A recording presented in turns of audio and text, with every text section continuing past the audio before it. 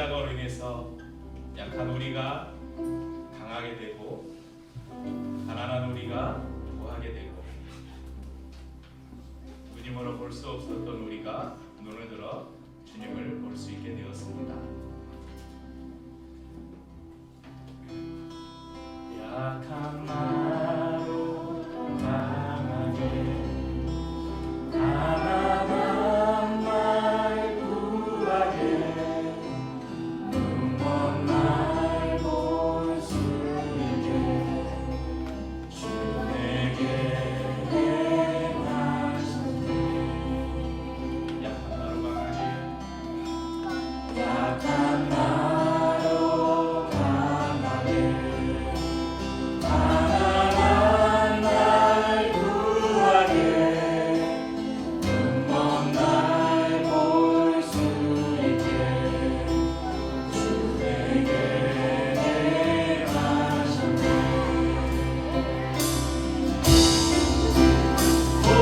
호산나 호산나 주님 강한 어린 양 호산나 호산나 예수 다시 사셨네.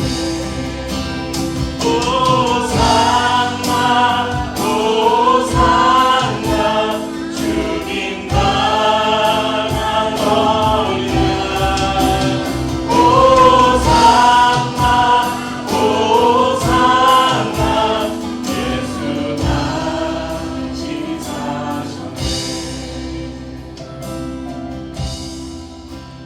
내가 건너야 할까 거기서 내 죄 씻겼네. 이제 주의 사랑이 나를 향해 내가 건너야 할까 내가 건너야 할까 거기서 내 죄 씻겼네. 이제 주의 사랑이 나를 향해 호산나 호산나 호산나 호산나 주님 강한 어린 양 호산나 호산나 예수 다시 사셨네. 호산나 호산나 주님 강한 어린 양 호산나 호산나 예수 다시 사셨네. 깊은 땅에서 주가 나를 일으키셨도다. 구원의 노래 부르리 예수 자유 주셨네. 깊은 땅에서 깊은 땅에서 주가 나를 일으키셨도다. 구원의 노래 부르리 예수 자유 주셨네. 네, 우리 주님께서 사망 권세를 이기시고 부활하셨습니다. 옆에 분에게 이렇게 선포합시다. 예수님께서 당신을 위해 부활하셨습니다. 옆에 분에게 해주세요.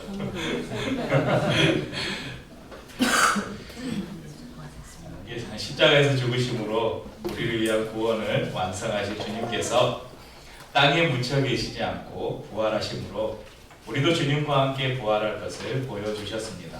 그래서 이 부활 주일에 사랑하는 모든 성도님들의 삶 가운데 절망이 소망으로, 낙심이 위로로, 죽음이 생명으로 변화되는 축복이 있기를 축원합니다. 말씀을 들어가기 전에 앞에 부활절 달걀을 몇 개 이렇게 쌓아놨는데 작년에도 이제 문화사역을 하시는 분이 이 부활 계란을 황금 계란을 판매를 하셔서 어떻게 알게 돼가지고 올해도 카톡을 보내셨더라고요. 그래서 뒤늦게 다행히 물량이 남아 있어서 주문을 했습니다. 왜 부활절에는 달걀을 나눌까요?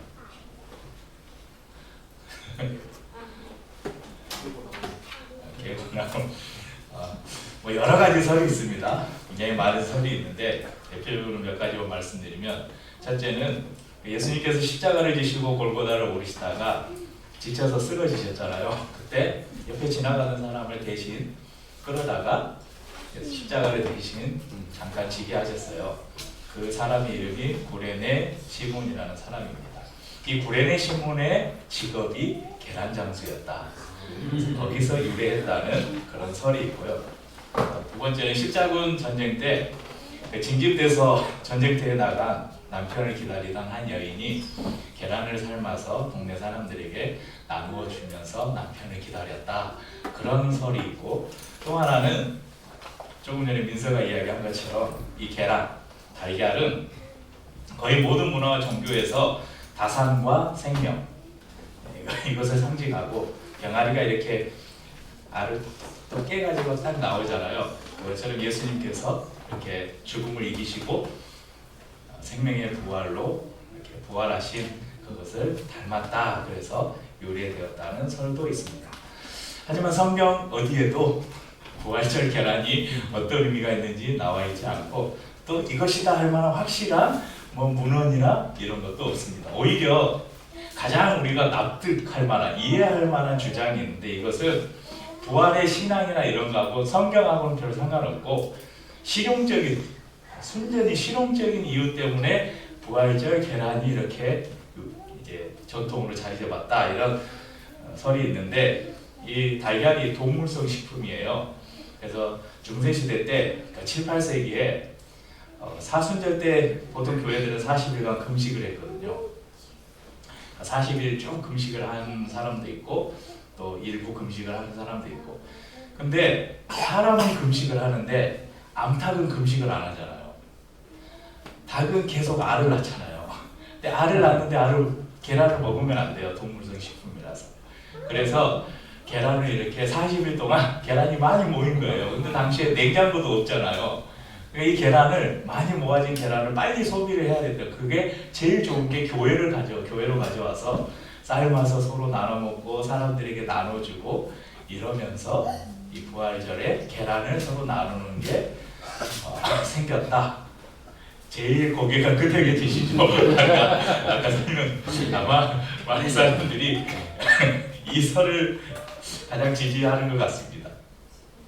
그래서 오늘도 뭐 어떤 사람들은 부활절에 뭐 무슨 이렇게 성경에도 기록되어 있지 않고 어디서 왔는지도 모르는 이런 전통을 우리가 뭐 지킬 필요가 있느냐, 그렇게 말하는 사람도 있겠지만, 일단 아까 말한 것처럼 계란하면 뭔가 생명, 뭔가 깨치고 나오는 그런 의미가 있잖아요. 또 하나는 교회 우리 성도들뿐만 아니라, 어제도 제가 이제 미리 만들어서 어제 이걸 포장을 해서 어제 몇 명 수강생들 수업을 했는데, 교회를 안 다니는 애들한테 이걸 주니까 부활절 계란이네요.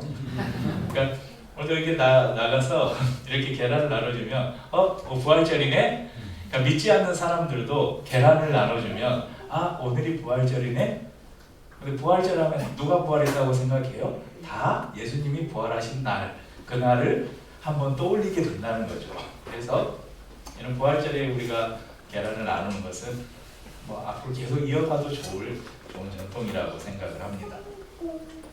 지난주에 우리가 종려주일 지내면서 한 주간 고난 주간을 지내는 우리의 모습을 어떻게 해야 될까? 뭐 예전에는 막 미디어 음식도 하고 밥도 굶고 탄소 음식도 하자, 그래서 걸어다니고 막 이렇게 하자 그랬었는데, 올해는 그런 거 말고, 우리의 육체를 고통스럽게 하는 거 말고 오히려 더 사랑하자. 우리의 주위의 사람들을 더 사랑하고 더 섬김으로 우리가 이 고난 주간을 지내자 그런 제안을 했었습니다. 한 주간 우리 성도님들은 어떻게 지내셨는지 모르겠습니다. 우리가 고난 가운데 있는 이들에게 줄 수 있는 가장 좋은 것이 무엇이 있을까? 그 사람들을 위로하기도 하고 또 오늘도 저희가 또 소중하게 우리의 헌금을 모아서 또 물질적으로 다른 사람들을 도울 수 있는 방법도 있습니다. 때로는 그 사람들 옆에서 그 사람들의 옆을 지켜주는 것으로도 큰 힘이 될 수도 있습니다. 그 모든 것들이 다 좋은 것이지만 가장 좋은 것은 아닙니다. 가장 좋은 것은 그들에게 부활의 소망을 전해주는 것입니다. 그런데 부활의 소망을 전해줄 수 있는 사람은 어떤 사람인가? 자신이 부활의 소망을 가지고 있어야죠. 내가 부활에 대한 소망과 확신이 없으면서 다른 사람들에게 어떻게 부활을 이야기하겠습니까?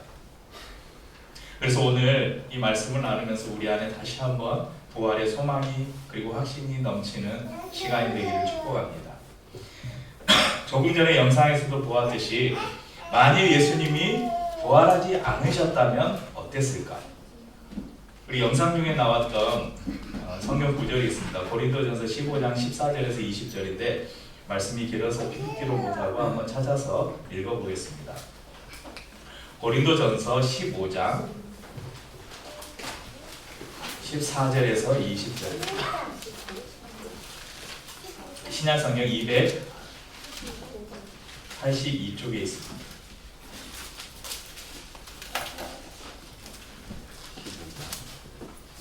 우리 12절부터 읽어볼까요? 12절부터 고린도전서 15장 12절에서 20절까지 한 목소리로 읽죠.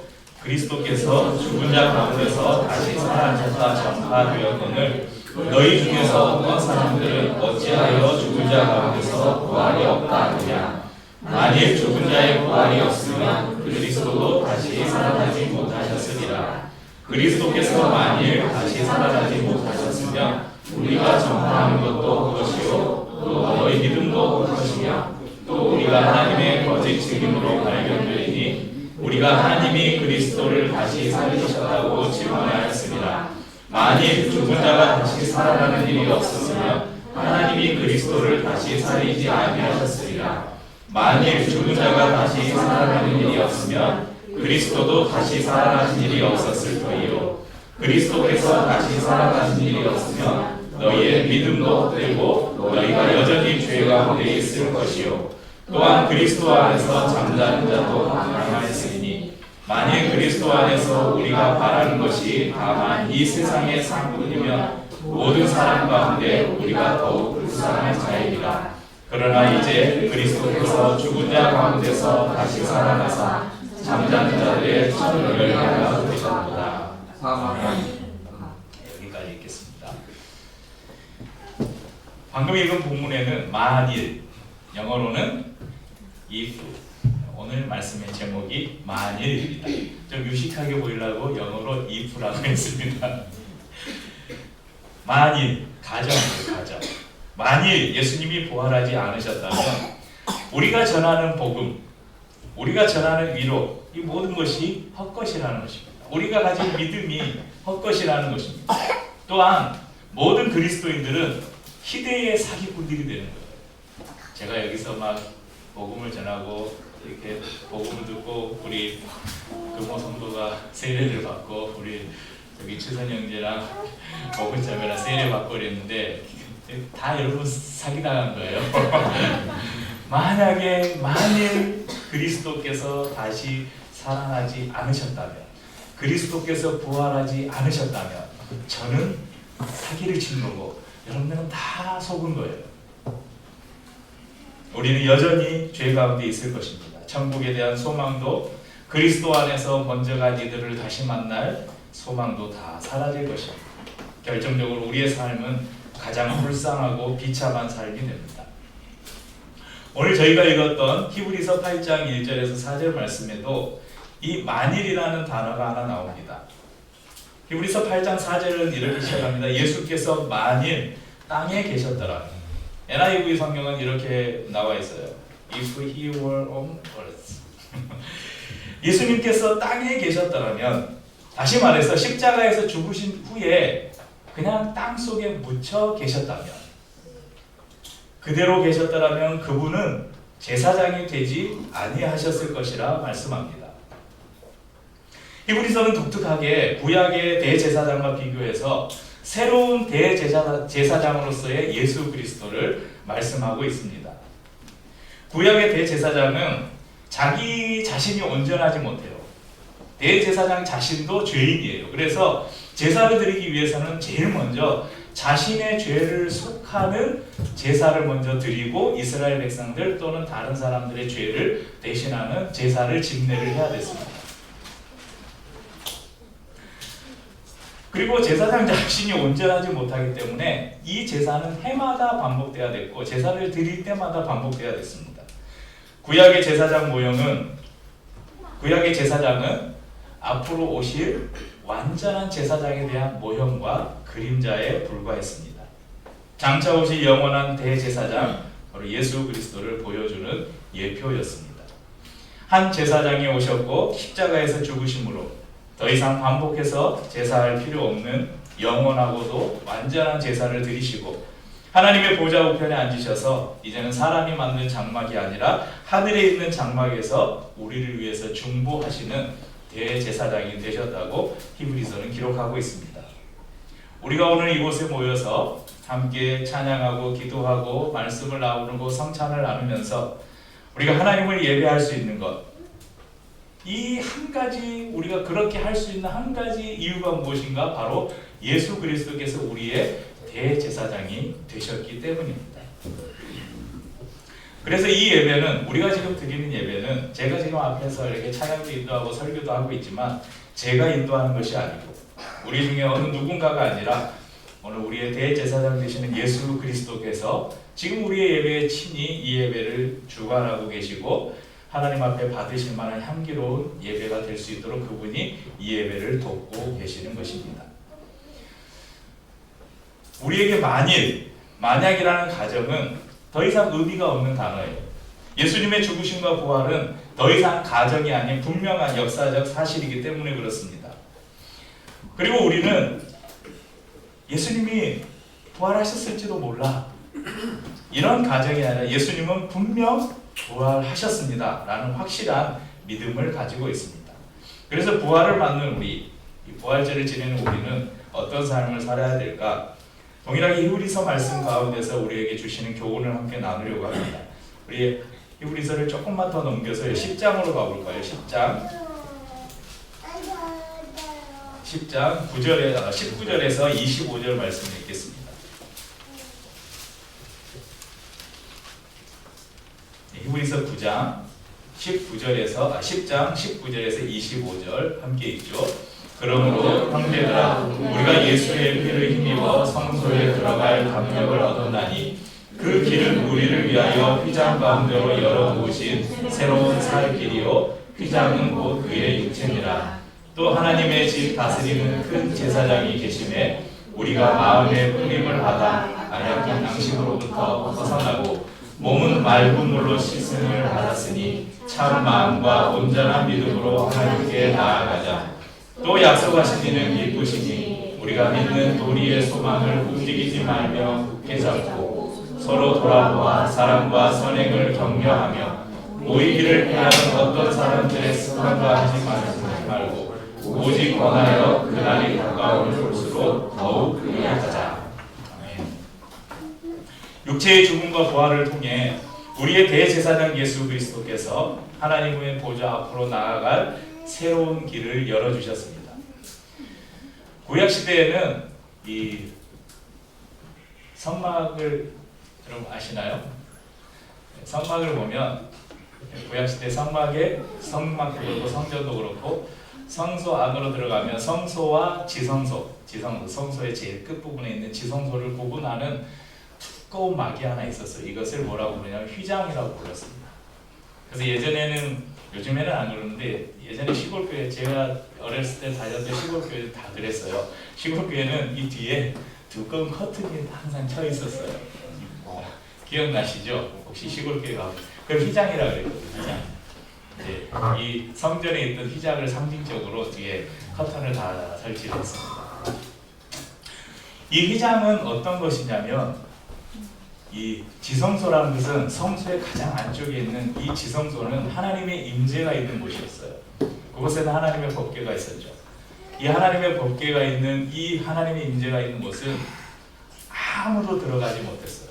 그곳은 빛 한 점 들어갈 수 없는 곳이었습니다. 오직 대제사장이 1년에 단 한 번, 대속죄일에 대제사장만이 한 번 들어갈 수 있었습니다. 그런데 예수 그리스도께서 십자가에서 구원을 완성하시는 순간 이 성소 휘장이 위에서 아래로 두 개로 찢어졌다. 성경이 기록하고 있습니다. 복음서가 모두 이것을 기록하는데 마가복음에서 기록된 말씀을 한번 보겠습니다. 예수께서 큰 소리를 지르시고 숨기시니라. 이에 성소 휘장이 위로부터 아래까지 찢어져 돌이 되리라. 이 당시에 이제 성전은 헤롯 성전이죠. 근데 그 성전에도 동일하게 휘장이 있었습니다. 근데 그 휘장이 위에서 아래로 다 찢어졌습니다.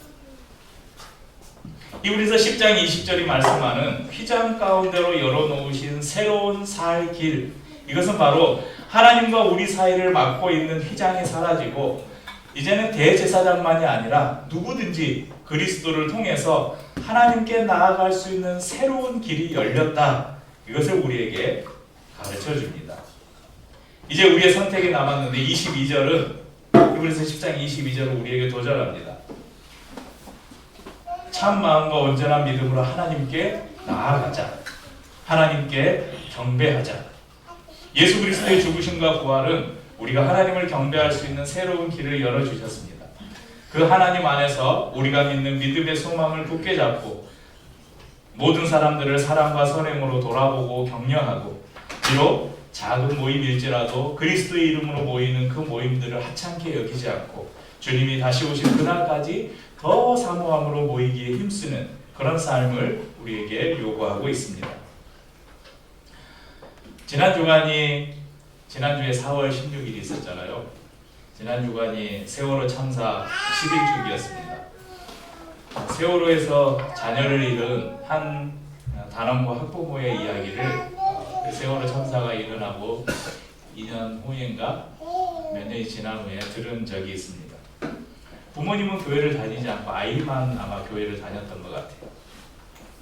가끔 이 아이가 엄마 아빠에게 엄마 아빠도 교회를 다녔으면 좋겠다고, 엄마 아빠도 예수를 믿었으면 좋겠다고, 그러면서 예수를 믿어야 우리가 나중에 천국에서 만날 수 있다고 그런 복음을 전했던 것 같아요. 아이를 떠나보낸 후에 이 부모의 마음에 계속 이 아이의 이야기가 생각이 난 거예요. 그래서 이 아이가 전해준 이 자기의 자녀가 이야기해준 이것이 이 부모에게 복음이 되었어요. 그래서 내 아이를 다시 만나길 원하는 간절한 이 부활의 소망이 생기게 됩니다. 부모들의 마음 안에 생긴 이 부활의 소망은 잠깐 그 자녀를 잃은, 자식을 잃은 고통을 잠깐 잊기 위한 수단이 아니었고 정말 우리가 예수를 믿으면 나중에 우리 아이를 천국에서 다시 만날 수 있겠구나 하는 그런 실제적인 부활의 소망이 생겼습니다. 그리고 그 부활을 소망하면서 교회를 다니기 시작했다는 간증을 들었습니다. 여러분에게 부활은 어떤 의미입니까? 정말로 내 삶에 실제하는 일인가? 아니면 신화 속의 이야기처럼 추상적인 의미인가? 예수님의 부활은 이런 우리의 생각에 확실한 보증이 되어주십니다. 그분의 부활은 죽은 육체가 부활할 것을 우리에게 보여주신 것입니다. 고린도전서 15장 20절에서 21절 함께 읽어보죠.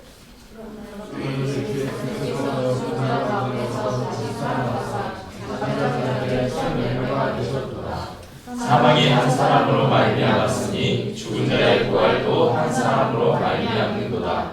아담 안에서 모든 사람이 죽은 것 같이 그리스도 안에서 모든 사람이 삶을 얻으리라. 아까 저희가 읽었던 고린도전서 15장 그 이후에 있는 말씀입니다. 아담 한 사람의 범죄로 인류의 죄가 들어왔어요. 그렇다면 두 번째 아담으로 오신 예수 그리스도께서는 그 모든 죄를 해결할 수 있는 능력이 있었다는 것입니다. 그분께서 모든 인류의 죄를 대신 지시고 죽으시고 그리고 부활하심으로 우리에게 새로운 삶을 주셨습니다. 그러니까 예수님의 부활은, 한 사람의 부활은 우리 모두가 부활할 것이라는 증거가 되셨다는 것입니다. 많은 사람들이 죽음에 대해서 크게 오해하는 게 있어요. 예수를 믿으면 영원히 살고 예수를 믿지 않으면 죽으면 끝이구나, 이렇게 생각해요. 그런데 아닙니다. 여러분, 분명히 말씀드리는데 예수를 믿건 예수를 믿지 않건 다 부활합니다. 영원히 살아요. 차이가 있다면 예수를 믿는 사람은 생명의 부활로, 믿지 않는 사람은 심판의 부활로 부활한다는 것입니다. 요한복음 5장 28절 29절 보십시오. 함께 읽겠습니다. 이를 놀랍게 여기지 말라. 무덤 속에 있는 자가 다 그의 음성을 들을 때가 오나니 선한 일을 행한 자는 생명의 부활로, 악한 일을 행한 자는 심판의 부활로 나오리라.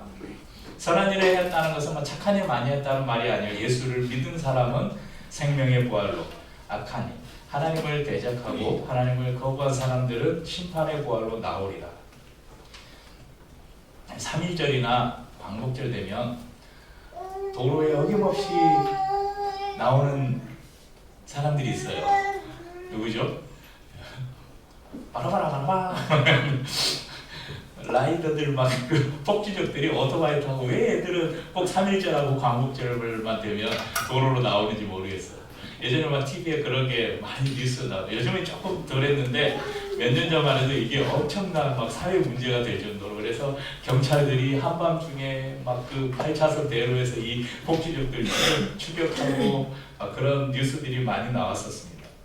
그런데 어느 한 프로에서 이 폭주족들을 이렇게 취재 장면이 TV에 나왔는데, 거침없이 오토바이를 타고 막 그 묘기를 부리면서 이렇게 오토바이를 타는 아이들을 이렇게 물었어요.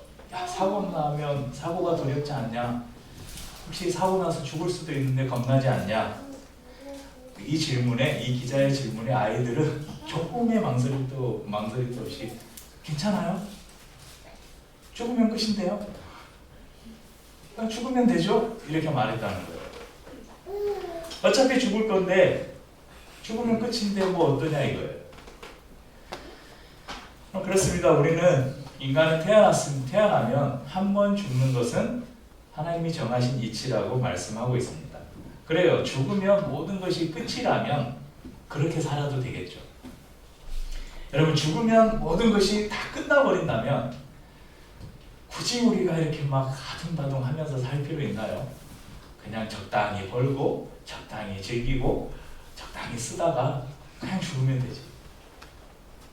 그런데 문제는 죽음이 끝이 아니라는 것입니다.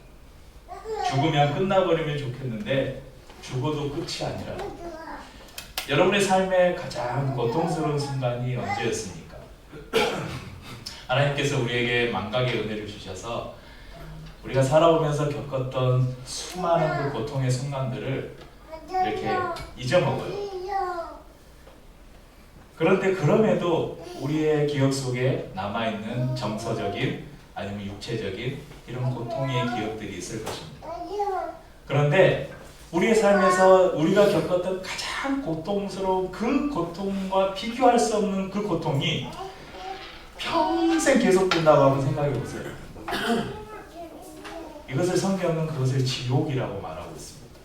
그러니까 우리가 죽으면 끝이 아니에요. 죽으면 심판의 부활로 부활한다는데, 심판의 부활이라는 것은 무적에, 성경에 나오는 무적에 저 음부에 내려가서 평생 그 고통을 당한다고 말씀합니다. 하지만 우리는 그런 걱정을 할 필요가 없습니다. 우리는 예수 그리스도 안에 있는 부활을 소유한 사람들입니다. 이 땅에서 우리가 힘들고 고통스럽지만 그분이 열어놓으신 새롭고 산 길로 항상 하나님의 은혜의 보좌 앞으로 나아가시는 성도님들 될 수 있기를 축복합니다. 마지막 날 부활하여 주님께서 우리의 눈물을 닦으시고 우리를 위로해 주실 영원한 그분의 나라를 소망하며 사시길 바랍니다. 또한 우리 주위에 아직 예수님을 알지 못하는, 이 부활의 소망을 알지 못하는 사람들이 있다면 우리가 가진 그 부활의 소망을 여러분 보여주며 사십시오. 베드로전서 3장 15절을 이렇게 말씀합니다. 너희 마음에 그리스도를 주로 삼아 거룩하게 하고 너희 속에 있는 소망에 관한 이유를 묻는 자에게 대답할 것을 항상 준비하되 온유와 두려움으로 하고 너희 속에 있는 소망에 관한 이유를 묻는 사람들에게 대답할 것을 항상 준비하래요. 우리가 부활하신 예수 그리스도를 분명히 믿고 미래에 우리가 죽어서 갈 천국뿐만 아니라 이 땅에 이미 하나님께서 이루어 놓으신 천국을 우리가 살아가는 삶을 사람들에게 보여준다면, 그런 삶을 우리가 살아간다면 사람들이 우리에게 물을 거예요. 야, 너는 왜 그렇게 삶이 행복해? 야, 너에게 있는 그 소망이 뭐야? 그러면 우리는 말할 수 있는 거예요. 부활하신 예수 그리스도가 나의 소망입니다. 부활하신 예수 그리스도가 내 안에 계시기 때문에 내가 지금 이렇게 기쁘고 감사하고 행복하게 살 수 있습니다. 나의 소망은 부활하신 예수 그리스도입니다. 이렇게 우리는 말할 수 있어야 한다는 것입니다. 나를 위해 죽으셨을 뿐만 아니라 다시 살아나셔서 부활의 소망을 주신 살아계신 주님을 함께 찬양합시다.